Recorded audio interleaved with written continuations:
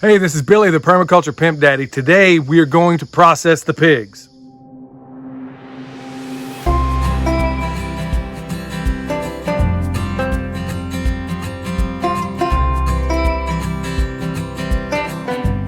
Okay, folks, viewer discretion advised. Because, like I said, we're doing things that the common American just doesn't do. So if these things are squeamish to you, you might want to not watch this video. But for those of you out there who are looking to process your stuff on the farm, we're going to show you from start to finish. We can't show you everything because of YouTube rules. So if you want to learn how to gut and skin, we can cover some of that here. But as far as dispatching the animal, we've already done that. So what that consisted of, we take an imaginary line between the ears and the opposite eye. We take that line, and where those intersect, that's where you want to put your 22 bullet. After we put a 22, carefully placed in their head where that intersection is, they're essentially dead. And then what we do, we cut the carotid, let them bleed out, and we kind of encourage that along.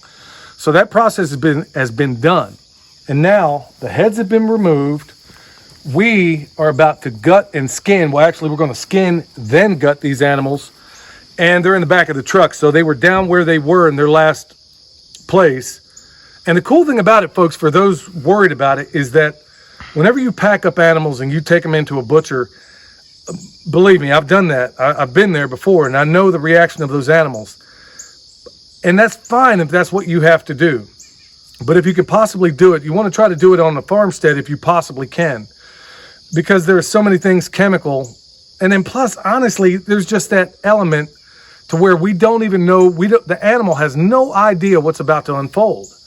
And that's important to us. What's also important to us is that every single thing that comes off this animal is reused right here on the ground they came from. So they were produced from the ground itself, and everything we don't use will go right back to the ground in the form of compost, in the form of being feed for our dogs, in form of going through us. We're going to take these bones, the bones we don't use, we'll make bone sauce for the trees down there. So every single element of this animal, from the rooter to the tutor, will be reused right here on this homestead. So with that said, like I said, the heads are removed, they've been dispatched. It's time that we skin them, gut them. We're going to cut them down the sagittal plane. We'll try to, it's kind of tough to do all this with just two of us, but we're going to do the best we can. But the real tale of the tape to where all this comes together is at the butcher's table, and we'll get to that in a little while. So with that said, it's time for us to get to work. Alright, so here we are cutting off the trotters, and that's going to make it easier to get the skin off. And then you just make an incision down the middle of the pig and start working the skin off. And you just do as much as you can while you're on the ground, and that's going to make it easier whenever it's hanging. And if you just pull the skin while you run your blade across, it'll make it easier. And here we are pulling the organs out of the body and just cutting away the connective tissue that's keeping the organs up near the spine of the pig.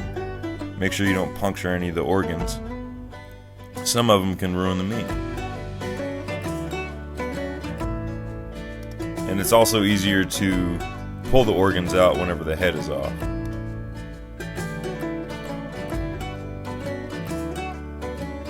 Now here Dad is cutting the H-bone so we can cut the pig in half.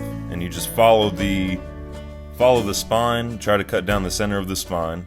And here he's using a hacksaw or a bone saw. And there's another method where you can use a cleaver and just chop down the middle of the pig. But the cleaver handle broke, so we ended up going back to the hacksaw that you'll see here in a minute.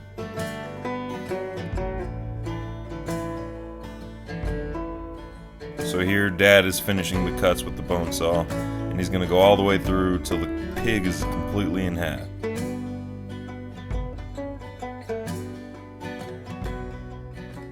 Alright, so these animals have been gutted, they've been skinned, and that's just taken a couple of hours.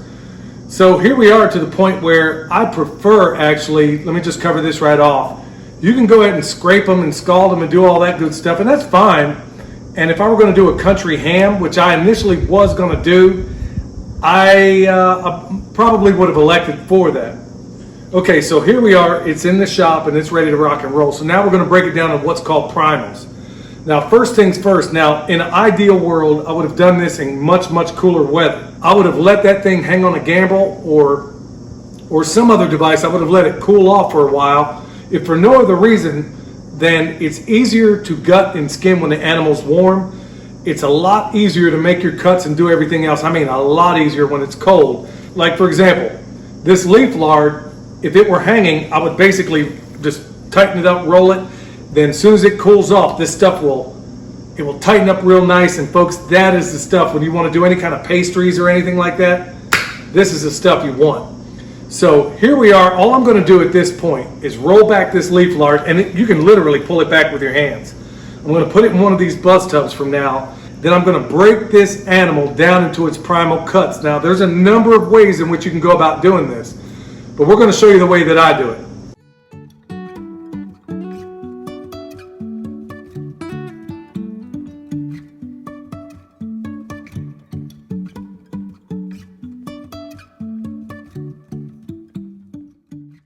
All right, now that we got the leaf lard out, let's just talk real quick about the anatomy and what the primal cuts are. Okay, in between the fourth and the fifth rib, from this way forward, it's going to be the picnic ham and the shoulder. Okay, this is your loin, and then we get back here into the sirloin. This is your ham, this is your belly, this is where your bacon comes from. Yeah, boy, it's real good on this one. And like I said, your loin, that's where all your chops are. So all I'm going to do, I'm going to walk you through these cuts. Like I said, between the fourth and fifth rib, you can go as far as you want. Some people even go up to the seventh because they want a longer capicola to work with. We're talking about all the subprimals and the other cuts as we go. So with that said, it's time to get down to brass tacks. All right, so here we are cutting down through that fourth and fifth rib. Now, sometimes through that breastplate, you can usually, if you have a good knife, you can get through it like I do there. Now, here's an important part of butchery that you definitely need to know. Use your bone saw only when you have to, at least in this kind of butchering. And as soon as you get through that bone, finish it up with your knife. And that's with every single cut. If you should have to go through the bone, do it only as far as that. Now we're getting out the tenderloin. Now this is on the inside of that rib cage there toward the bottom. Same deal again. I'm just kind of marking. There's a couple of ways you can go about this, but I'm taking off the ham, leaving the sirloin on there right now, cutting through that H-bone, and once again, get through the bone, finish it with a knife.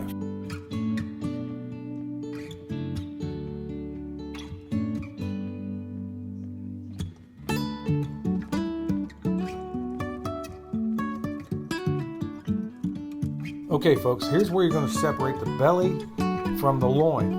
Now, I'm making an imaginary cut through there. And all you're going to do, and I made mine a little wide here. I would have preferred to keep that in closer because it squares off your ribs a little bit better. And because this meat is warm, it's hard to keep stable. So if at all possible, try to cool that meat down if you can. But in this case, we eventually get through it. Remember, use your saw, follow it with a knife. All right, so this is essentially the primal cuts. Now we're going to break them down even more. So right here, this is where we got our St. Louis style ribs here. We'll take those off. That's easy enough. And we got a huge piece of bacon on this particular pig. I took the tenderloin out. Now I could leave it in if I wanted to do like porterhouse kind of pork chops. But I like all of my pork chops boneless. A couple of reasons for that, because you realize in short order when you do this on the farm, just how little bacon there is on a pig when you're looking for the whole year. Here's your bacon, and also the other things like the ribs. Well, for each pig, you're going to get 2 regular sides of ribs, right? St. Louis style. Or if I make these boneless, I can have baby backs too.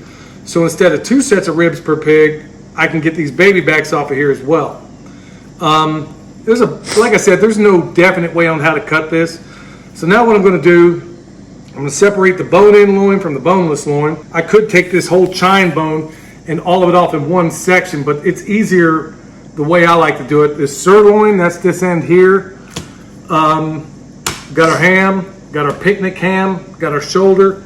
Now it's just a matter of breaking it down, but this is the very base. So here we are. We broke this thing down into primals, and now we're going to break it down all the way. Now we're going to start with the money cuts.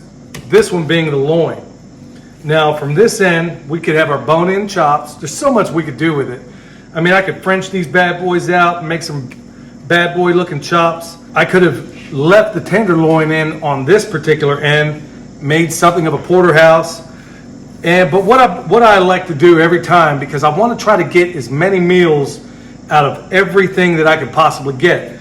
So what I'm going to do is just basically chop these off. These are going to be your baby backs. So when you get baby back ribs, that's where it comes. It's the ribs right off the edge of the spine.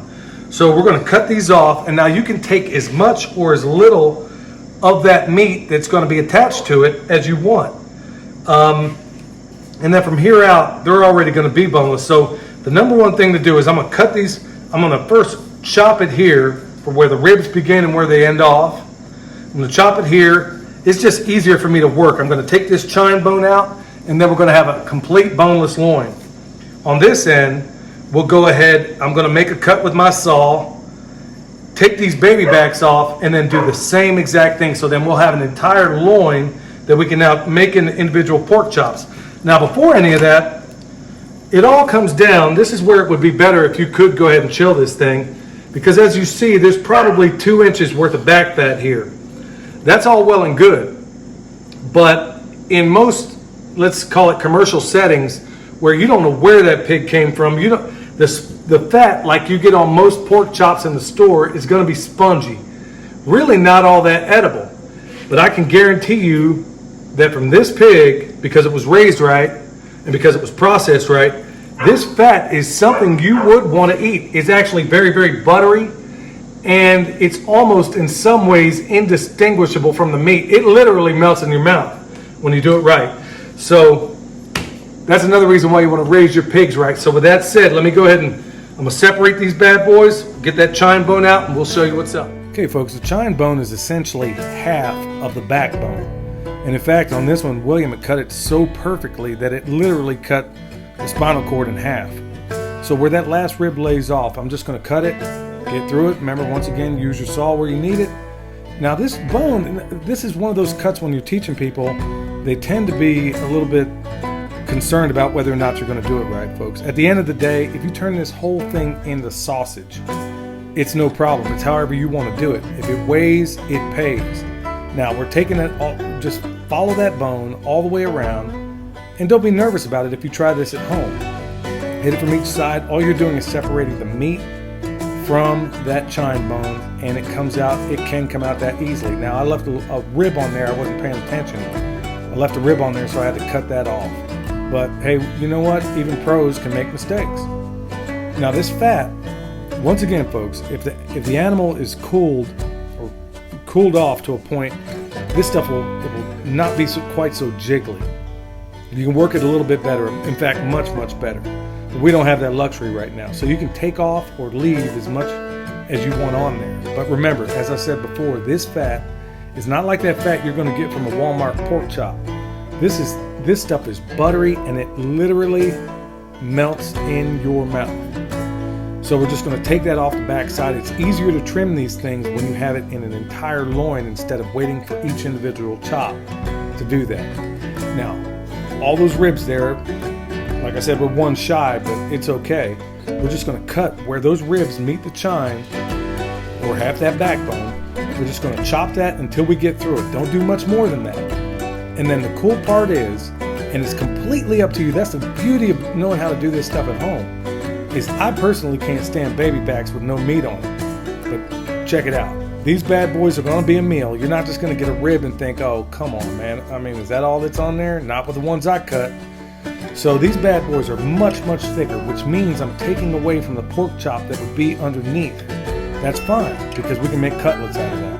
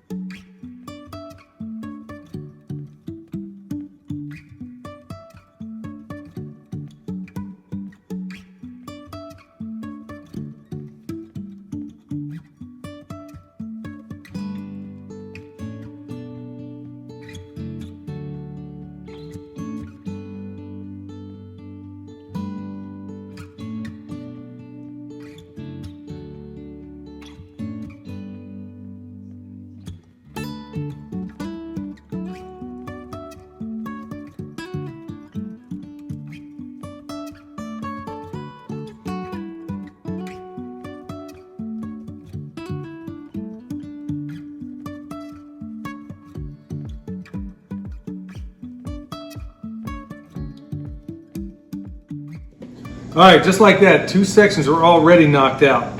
So from the loin, we got these boneless pork chops.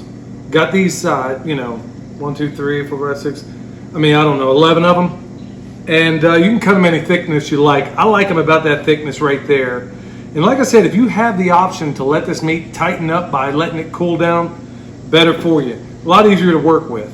Now, on the other end, where it was the bone in, I choose, as I said a moment ago, I choose to make baby backs out of that. And I like mine really, really, really meaty when I do the baby backs, which means you're taking part of this loin where you have all this meat on here. I got this other side of the loin, and this was the smaller of the 2 pigs. These are now cutlets. They're still pork chops, but because of their size, we're going to call them cutlets. Here we got the belly, we got the spare rib. Well, we got what would have ordinarily have been St. Louis style ribs. I could square them off and make them look whatever, but I don't mind the irregularity. Get all that silver skin off. You want to do it now if you possibly can. Here is the important part. Now this is your pork belly with the ribs missing, obviously. Now, I weighed this a moment ago, and this one side is 12 pounds. So let's assume the other side is 12 pounds. That's 24 pounds. So it kind of puts into perspective, this is where your bacon's going to come from. Or if you choose pancetta, whatever you want to do with it. We're going to deal with this later, so we'll chop it into maybe thirds, put it in the fridge, let it tighten up, and then later on I'll cure it. And I'm going to do it the old-fashioned cure, where my cure is nothing but salt, brown sugar, and a little bit of maple syrup. And that'll take about 12 days to unfold. But that's a whole nother video if you want to see it all together. But just to kind of give you perspective, is that one pig, let's say we get 24 pounds off of this. Let's say you eat a pound a week. Well, that's 24 weeks. Okay, in our case, we got another pig, and let's just say that's 48 weeks. Well, there's 52 weeks in the year. So if you like bacon, it kind of all puts in perspective. It puts everything into perspective for you. So now we're going to take all this stuff, put it in the bus tub, get it inside, and then the next thing we'll work on is the shoulder. All right, here's the front shoulder. We're going to take this series of bones out of here. Now within this front part with the shoulder, we've really got 2 cuts here. We got the picnic ham, right here where this leg, where this shank is, and then this part up is the Boston butt. But in order to access it and separate it, I got to get this off of here.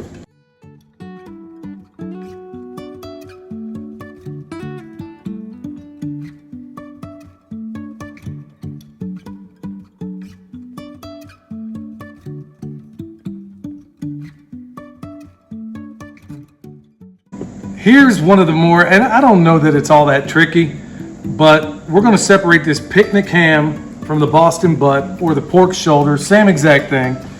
And the demarcation, this is one of the more tricky cuts because you got a blade in here, you got a shoulder blade in here, and you want to try to miss it. You can cut through it if you want, depending on how you decide to do it. But usually this little artery right here that you can see with the edge of the knife, that's usually a pretty good place to start for me.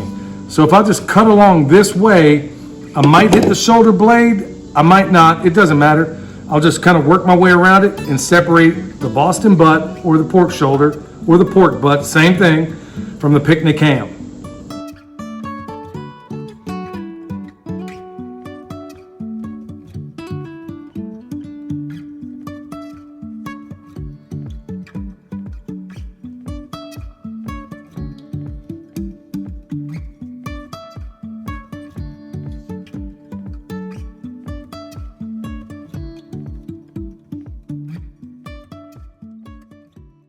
Okay, so in this particular case, there's a number of things you can do with it here. Now you can trim this up, leave it whole, and this is your pulled pork if you want to do it. Or you can cut this bad boy up, then again trim it up again, make pork steaks out of it if you want to. Now, and then there's also something really special in here which I love to do. In fact, it's my favorite part on the entire pig. This one here, a lot of people choose to turn this into, there's a couple of decent muscle groups in here. You can cut this through and make these roasts. You can make these arm roasts if you want to. But now, here's what I really want to get to. This little portion at the top, or where the neck is, this is the capicola, or the capa, or the gabagool, depending if you're a Sopranos fan. This one here is my absolute favorite cut on the entire pig. And most people, you can't even find it anywhere unless they turn it into charcuterie, unless you want to take this, and it's a couple of month process to turn this into something that's really awesome. So I'm going to take that capicola off and probably wrap the rest of it. A lot of this I kind of do intuitively as I feel like it. So I'm going to get this bad boy off of here.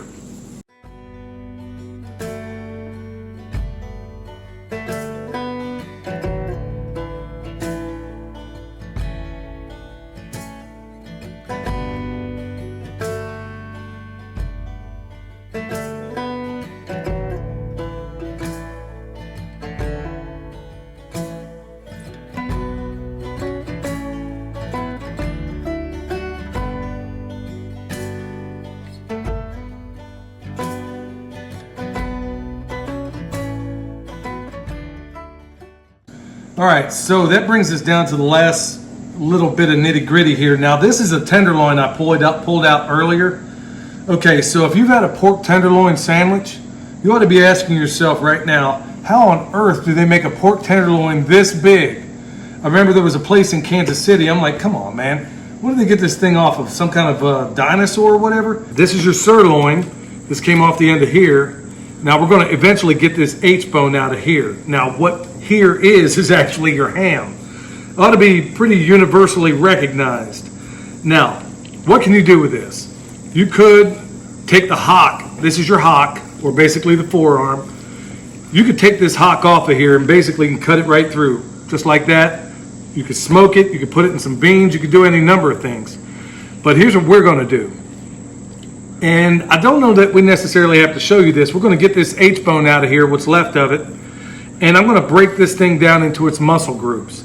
Now, we got our sirloin right here. All I'm going to do is take off the end of this bone here, chop this bad boy into steaks. Now, here's the other end of your picnic ham. Remember, we like sausage here. Now, I could go ahead and chop this bad boy up and make a couple of shoulder roasts, or, oh man, the name escapes me right now. I could make a couple of roasts out of this bad boy if I wanted to. But like I said, we need grind. We need a lot of it. We got a whole half of it. And this is all I got so far in terms of grind. And it's really not that much. And most of this is that bone. We'll take the stuff in between the bones, put it into the grind. This really isn't all that much. In this butcher shop I used to work at, we used to make ham roasts. And basically it was all the muscle groups in here. Whenever we needed grind to make sausage or whatever, we'd make some ham roast and take the rest of it, put it into the grind. That's exactly what we're going to do here. We'll go ahead and get this hock off of here. We'll go ahead and get that.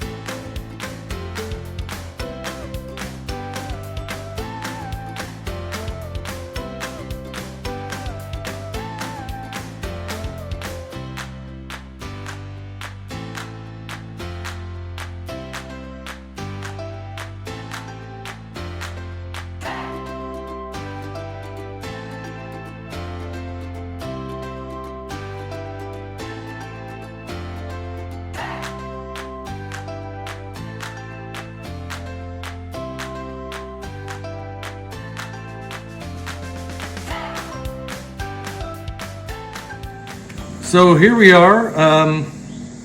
This is what's left of the ham. Now, this is the bone I got out of it. just follow the scenes and everything, and you can get it. You know, if I wasn't tired, I could have got that a little cleaner, but that's not bad. These are the sirloin steaks. Now, what you could do with this ham is, like I said, break it down into little ham roasts if you'd like, or you could tie it up, brine it, make a traditional ham. Now, this is an arm roast on the front quarter, and these are the hocks.